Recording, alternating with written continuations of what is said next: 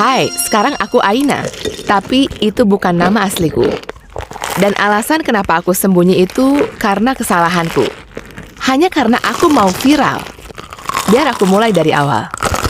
Ibuku itu istri pinggir kota yang sempurna. Ibu membesarkan aku dan adikku yang berumur 3 tahun, masak dan bersih-bersih. Ayahku pasangan yang sempurna, berpakaian membosankan dan kerja lembur. Aku nggak tahu pasti ayahku kerja di mana. Pas presentasi sekolah dan ke teman-temanku, dia memperkenalkan diri sebagai pegawai pemerintah biasa. Aku tanya ibuku beberapa kali, apa dia kriminal? Tapi ibu selalu jawab, ibu nggak bisa bilang iya atau enggak. Aku ngerti kalau ibu ngerjain aku, tapi aku beneran bertanya-tanya. Pernah, waktu ibuku lagi pergi ngunjungin nenekku, aku sakit dan nggak bisa ke sekolah. Jadi ayahku harus di rumah sama aku. Aku nggak dengar bel, tapi ada orang di pintu belakang ngomong sama ayah. Aku menyelinap keluar kamar untuk ambil air. Aku tahu harusnya aku nggak boleh nguping, tapi aku nggak tahan. Dan aku dengar pria menyebut ayahku dengan nama lain.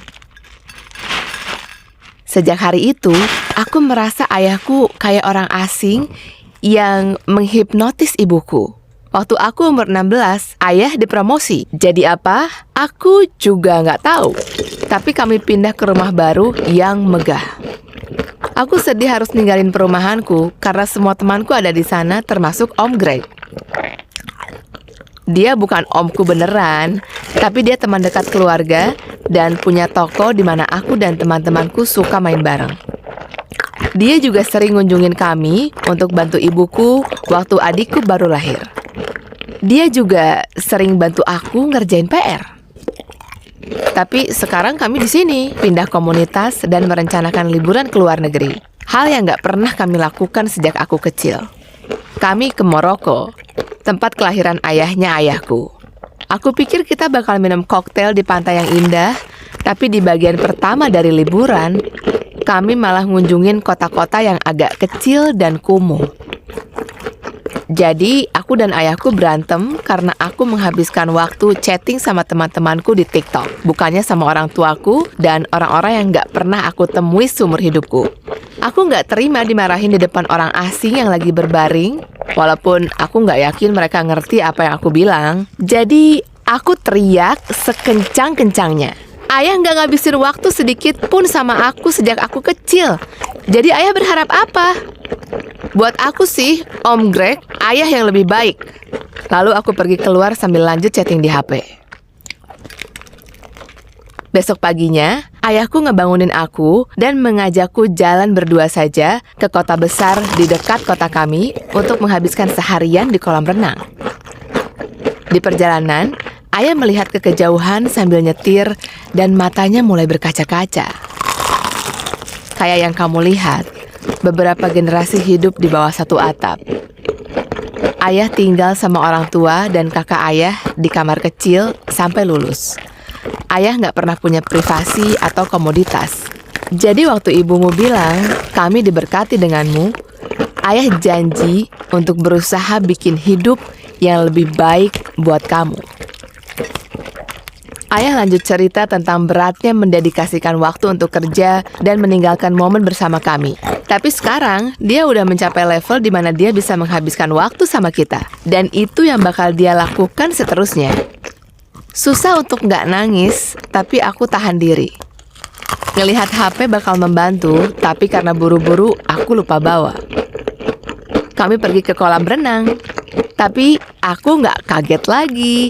Ayah dapat telepon di HP rahasia barunya. Dia meninggalkan HP pribadinya ke aku dan menjauh untuk ngomong. Kayak biasa. Tapi wajah ayah berubah. Dia mengangguk beberapa kali dan mengakhiri teleponnya. Aku udah tahu kami nggak jadi main karena sesuatu yang lebih penting. Tapi ayah nggak bisa bilang apa-apa. Udah biasa. Ayah minta maaf beberapa kali dan bilang kalau ini bakal bentar banget. Aku mau ngamuk kalau ini kelamaan. Tapi nantinya aku berubah pikiran. Tempat yang kami datangi itu dihiasi dengan indah dan kami disambut oleh pelayan. Ayahku ada di daftar tamu.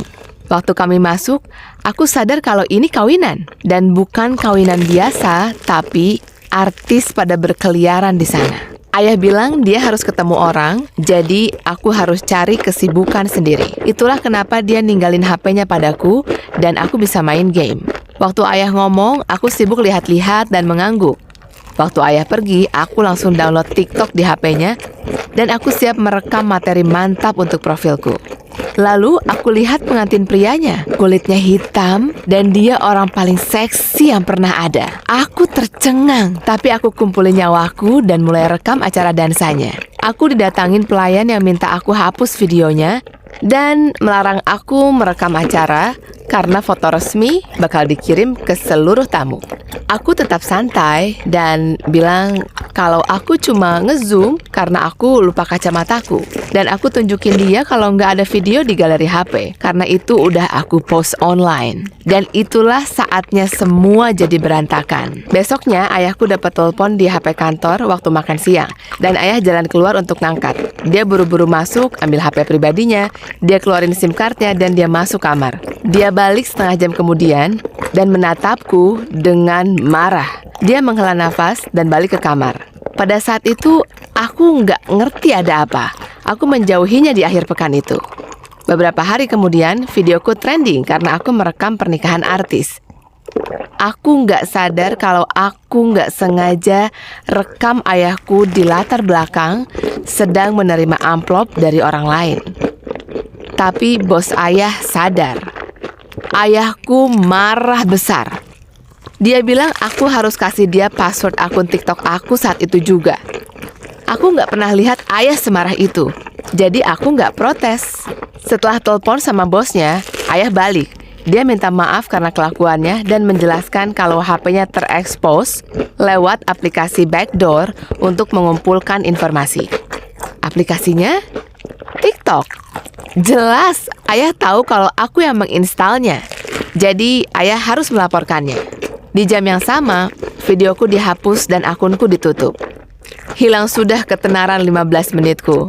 Tapi yang terjadi selanjutnya itu jauh lebih parah. Dan ini terjadi cepat banget. Liburannya harus selesai lebih cepat, ayahku disuruh ke kantor. Beberapa hari kemudian, ayahku mengumpulkan kami di ruang tamu dan bilang kalau ayah kehilangan pekerjaannya, yang artinya kita nggak bisa hidup mewah lagi. Selain itu, dia dan keluarga kami bisa jadi target balas dendam. Jadi kami punya pilihan untuk bikin identitas rahasia. Ibuku menggelengkan kepalanya. Aku kaget. Aku nggak tahu siapa ayahku sebenarnya dan apa pekerjaan dia. Ayah menyuruhku duduk dan bilang aku bisa tanya apapun karena setidaknya aku berhak dapat itu. Aku cuma tanya apa aku bikin dia kehilangan pekerjaannya. Ayah jelasin kalau sebuah aset berharga terbongkar karena video itu. Dan ayahku melanggar protokol karena membawa aku ke misi rahasia. Ayah menenangkanku bilang kalau itu salah dia, bukan salahku. Dan sekarang satu-satunya kekhawatiran ayah adalah keselamatan keluarga. Tapi kayaknya ibu membayangkan hidup yang berbeda. Dan ini titik puncaknya. Ibu bilang ibu nggak akan ganti nama belakangnya cuma untuk keselamatan. Tapi ibu mau ganti nama belakang untuk jadi istri Om Greg. Ternyata adikku itu cuma adik tiri aku. Itu jelas info yang berlebihan untuk aku di saat itu. Beberapa minggu kemudian, aku masih nggak fokus. Masih nggak percaya apa yang terjadi. Ayahku terus bilang kalau semua akan baik-baik aja dan yang perlu aku lakukan adalah memikirkan apa yang aku mau. Walaupun dia bilang itu berjuta kali, aku masih merasa bertanggung jawab atas pecahnya keluargaku. Jadi aku tinggal sama ayahku. Kami ganti nama. Sekarang aku bantu ayah mengurus toko kecil. Aku nggak menghabiskan banyak waktu di sosmed lagi karena aku suka main sama ayahku. Aku belajar menghargai privasi kami. Satu-satunya rahasia yang nggak layak disimpan adalah antara keluarga. Ayahku punya banyak cerita menarik untuk diceritakan. Dan akhirnya, aku bisa benar-benar melihat dedikasinya padaku, keluarga kami, dan pada negara. Lagi pula, aku juga berlaku sebagai mata-mata selama sehari.